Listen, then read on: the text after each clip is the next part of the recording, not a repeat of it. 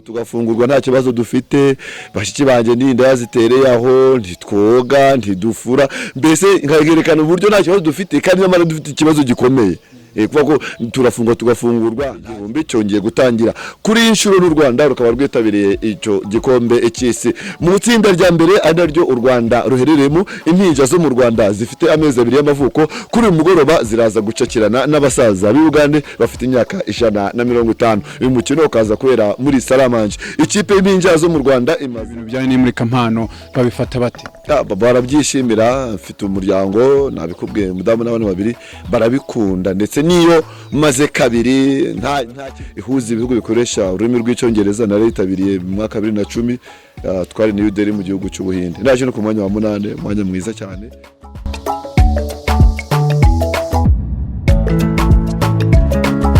Reka twese tubashimire mwese mukurikira Ira TV toujours turari ku bwanyu muri za exclusive interview n'abastari batandukanye abantu bose munze gutandukanya aho tubaha umwanya bakatubwira ibyo bakora n'ibyo bahugiyemo ariko by'umuhereko uyu munsi twaganye muri cinema ndetse no mu zindi mpano zitandukanye twakira umugabo mubona hano imbere za kamera zacu reka tubashimire ko mwakoze subscribe hanyuma gukora subscribe kwanyu ni ikimenyetso kitwereka ko mudukunda kandi mudukurikira natwe turari kugira ngo tubatumirire abantu batandukanye tubasure mu bikorwa bakora ariko uyu munsi twakiriye uyu mugabo reka atagire atwibwira uwariwe yes uduhagaze kuri Ira TV witwa nde nitwa Nziro Joseph Rafiki alias Gisuperi igipfa nibarere cyazuka nibaseke ningiye jazi patishot yakwe petrol mu myumbati nariye icyo cy'uburozi ndukinusu ibinusu iracyari muri giye patishot cyuma cyasakutse ku ndege hajye ni kuvuze Gisuperi umwe mu bantu tuzi cyane ariko ugiye kubwira abantu badukurikira bakubonye bwa mbere ese Gisuperi ni muntu ki Ambo Gisuperi ni umugabo wubatse ufite umugore n'abana babiri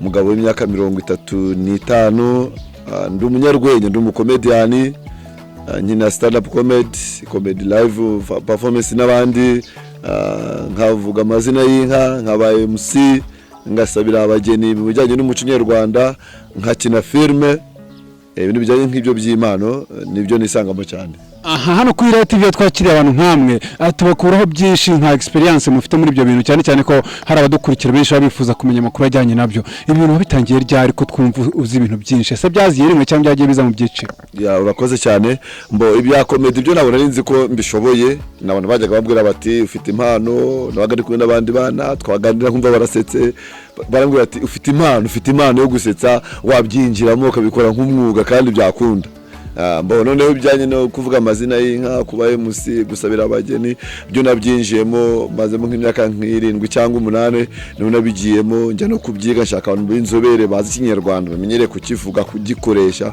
no kugisangiza abandi barabintoza ndabimenya ngisanga ariko cyane comedy niyo mpano yanjye niyumvamo nanjye ubwanjye nkumva koko ni ikintu kindi matari kwa kundi umuntu agenda ashakisha avuga ngo aha ndavuga iki ntushaka kuntungura ngo mbaze muri cyo ngusubiza sishaka kugera ahantu hari abantu ngo mburi cyo mvuga sishobora kugira ahantu ngiye gukina tuvuge niba ari abana mbanzi ibyo ngomba gukina ku bana bagaseka niba ari abantu bakuru katera urwenya bagaseka bitewe n'abakategori barimo yes nka Gisuperi cyangwa se Nziro Joseph umwuga wa cinema ese ubona hari ikintu yatangiye kwinjiza abantu basetsa twatubona nk'abantu basetsa baraho gusa ariko se ku ruhande rwawe ubona hari ikintu comedy ikwinjiriza yes icyambere ugeze mu bintu by'Imano nk'ibi bibasa kubanza kubaka izina navuga ko ntangiye kuryuka ku kigero cya 60% no kwizana natangiye kwinjiza nta kintu gifatika nk'inzu utakase imodoka ndagira ariko mu buzima bwa buri munsi biramfasha mbona amafaranga nkabona ibiraka yes no kuba naho ngera ngiye gushaka service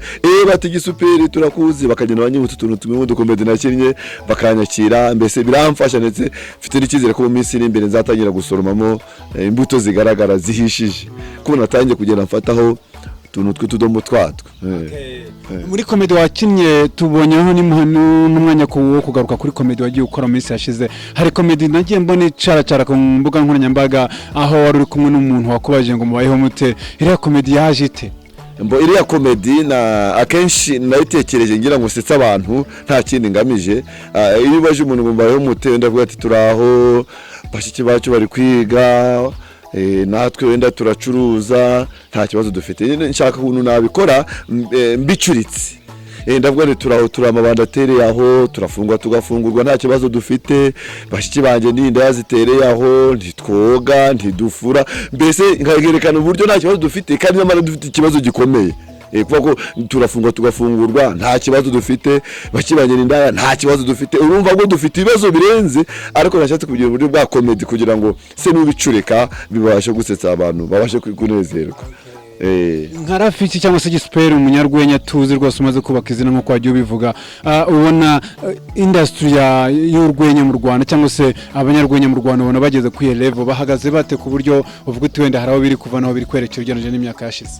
Unavuga ko ahubwo iriya matunda nakubwira gatangiye guhisha, ubu comedy mu Rwanda amaze kuzamuka, nivuze ngo hari igitaramo abakomedian runaka baraza cyane bakitabira bakanishura.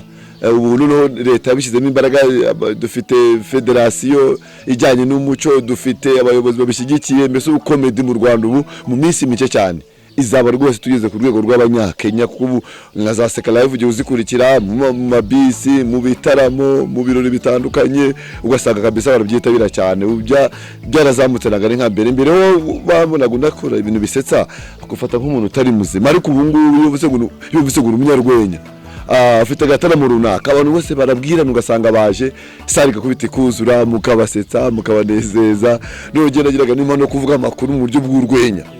Ko nahoze nkunda umunyamakuru bita Cleophas Barore wajya kuvuga amakuru cy'umunyamakuru biri kwa gatandatu, naje kumwuriraho rero ngiye mita nkurikije inganzo yari afite buriya mugabo n'umuhanga, nanjye nza kumwuriraho ngiye nihimbira injyana no kujya mvuga amakuru asekeje mu njyana cyangwa se mu jwi ryiwe asekeje, kajya mbiko abantu bakabikunda bagashyira kuri telefone bagahererekanya nzamuka gutyo. Oya ariko ngora bivuze no mageza amatsiko, ubu ushaka kuduha urugero rwa mwayi makuru wajya uvuga uti rekanya gutangariza abantu numva nta kibazo. Iyo natuguraga rero amakuru asekeje najyaga mu biciro bitandukanye, hari amatangazo, hari amakuru y'ubutabera, hari amakuru y'imikino, uko icyerekero gihagaze, ku ifaranga ragaze ku isoko, ibintu nk'ibyo. Ariko nambakishijemo gakeya, ntago mvuga byinshi ko ibintu byo birahari. Mwongeye kwirwa nshuti bakunzi ba Radio Facebook, akaba umwanya mukuru cy'Rwanda twabateguriye muri aka kanya, dufite isaha 75. Mbere ko tugeze amakuru twabateguriye, reka mbanze bagezeho iri tangazo ryihutirwa. Leta zunze ubumwe za Nyabugogo zishaka gutanga akazi ku muntu wayobora isi mu gihe cy'imyaka 1000. Uwo muntu agomba kubije ibyangombwa bikurikira: kuba ndakemwa mu nda no mu mugongo, kuba afite diplome y'kiburamwaka, kuba afite uburebure bwa santimetero 20, kuba azi gusuka, kumakiya, kudefiriza ibihuru n'ibigunda bya rubanda, kuba azi kuvuga indimi 3: urw'ihene, urw'inkoko n'urw'imbata, abaye azwi ingurube byaba arakarusho. Ujije ibyangombwa yaza hano muri Minisiteri y'Ubucuguzi gusanamara no kurengera igifu agatangira akazi. Azaze yitwaje amafaranga 150 adasubizwa, kandi azambaye ishati yacitse ku mavi n'ipataro yacitse ku ikora. Amakuru tufite muri iki gitondo, reka duhere ku mpanuka yabaye muri iki gitondo. Taxi yo mu bwoko bwa Dendo yavaga mu majyaruguru mu karere ka Musanze igeze ku makoni Makarambabura yaje gukora impanuka ihitana inkoko 3, imbata 2 zirakomereka n'inka yasiga ubuzima.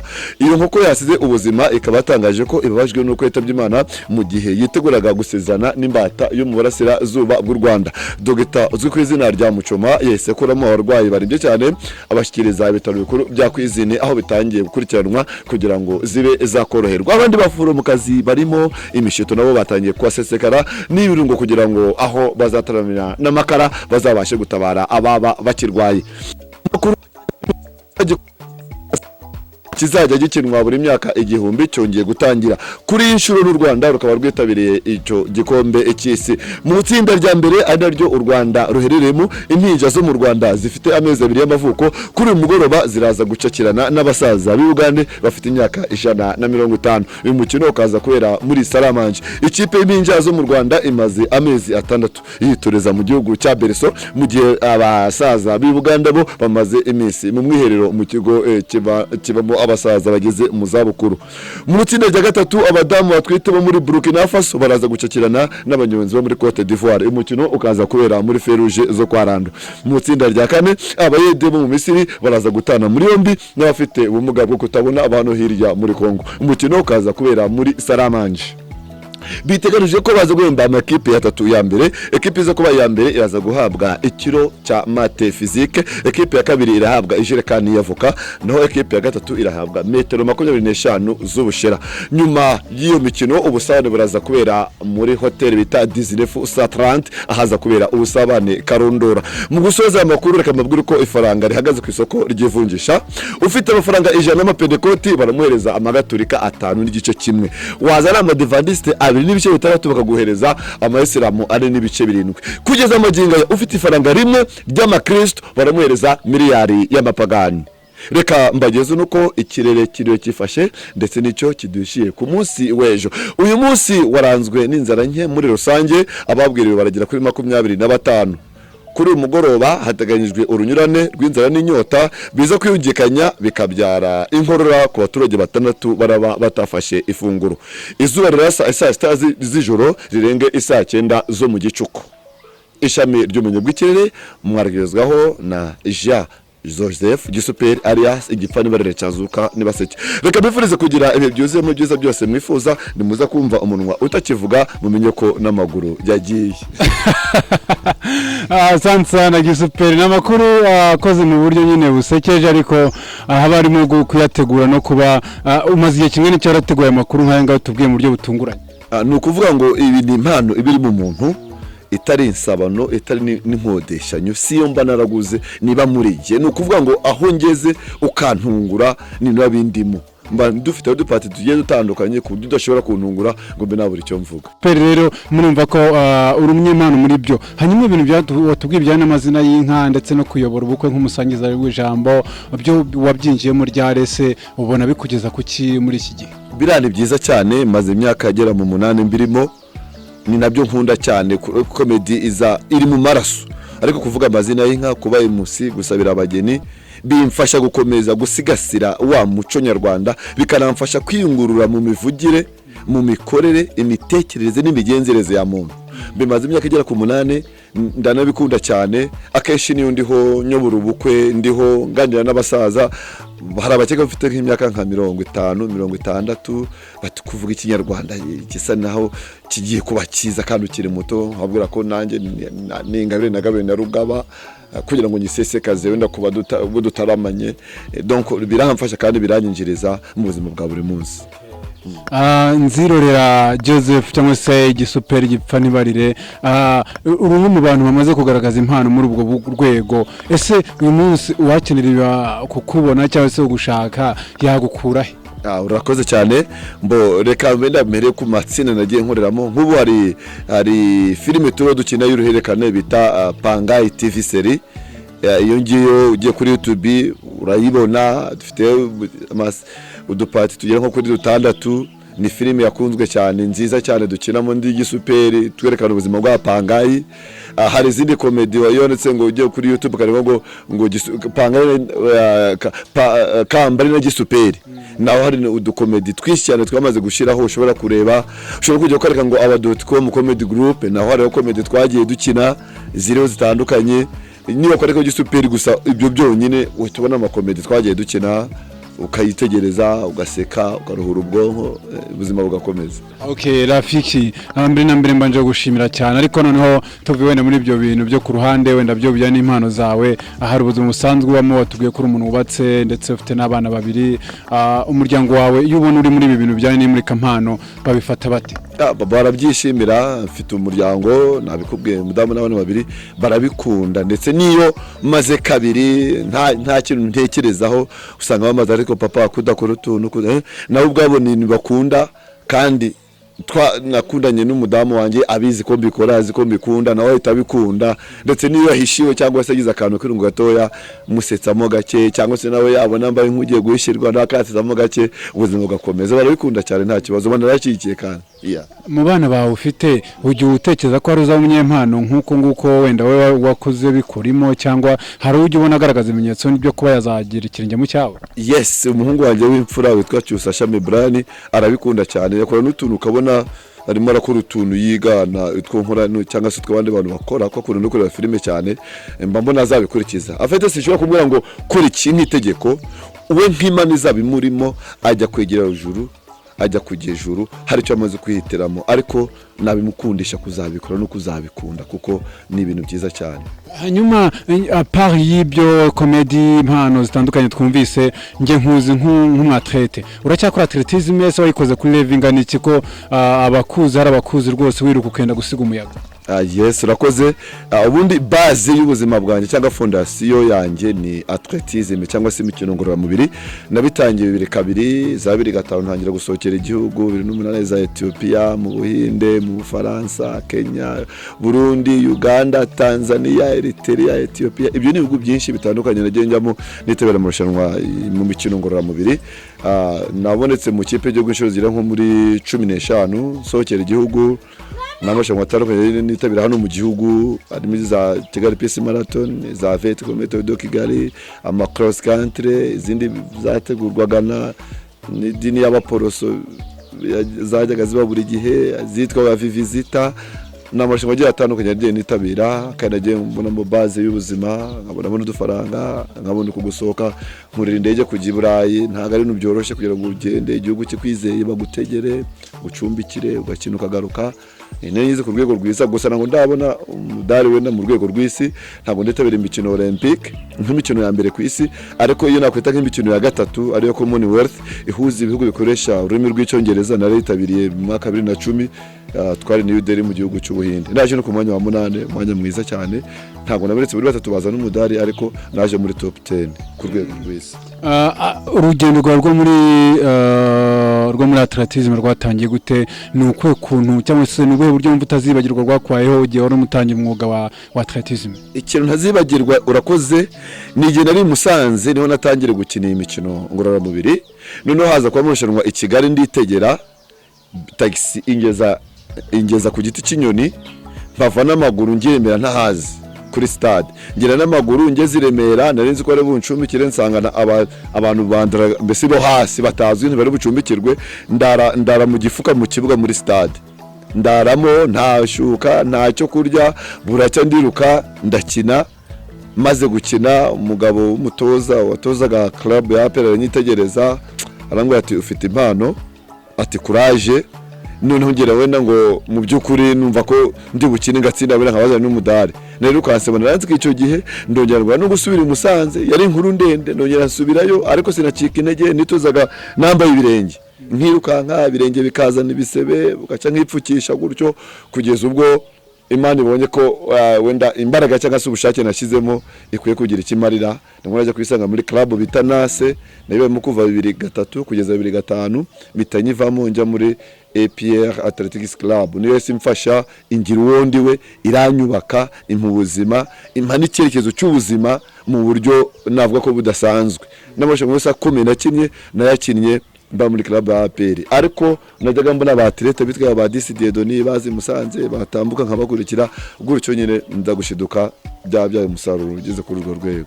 Ariko nakekana umva utazibagirwa kakubaye igihe wajyaga i Burayi wenda ku nshuro yawe ya mbere, vuga uti nkijyayo ni ibi bintu byantonze byangoye kubyakira kijya i Burayi? Yes, akantu kangoye ni hoteli twarimo i Paris mu Faransa.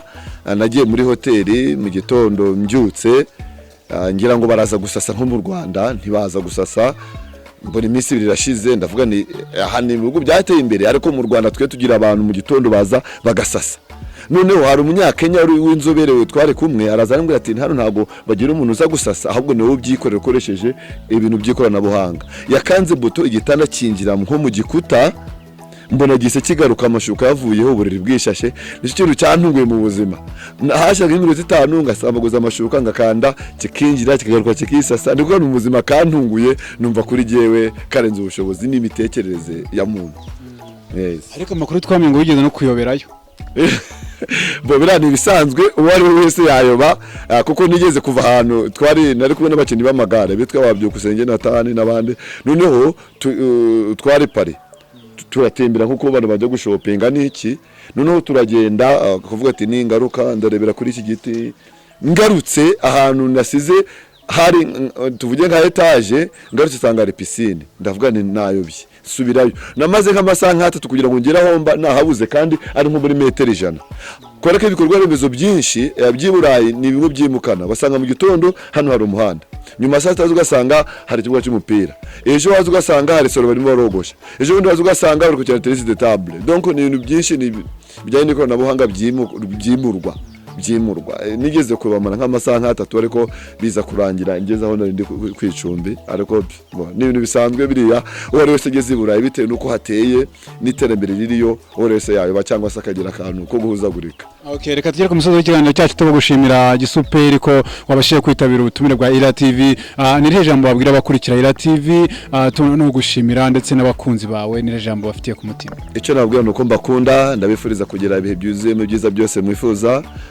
Kandi Gisuperi ni umunyarwenya, mujye munkurikirana, mukunda ibihangano byanjye, mushyigikire buri mutureba, iyo mudukurikirana natwe biratunezeza kandi muri imfura. Imana yo mu ijuru bahereze umugisha. Urakoze cyane Gisuperi, warakoze cyane gukora subscribe kuri Ira TV, nizere ko nawe wamaze kuyikora. Cyane rwose ni ngombwa. Sana. Reka tubashimire rero tugere ku musozo. Njye ni Brian John Ira Regis ari kuri technique, moi je suis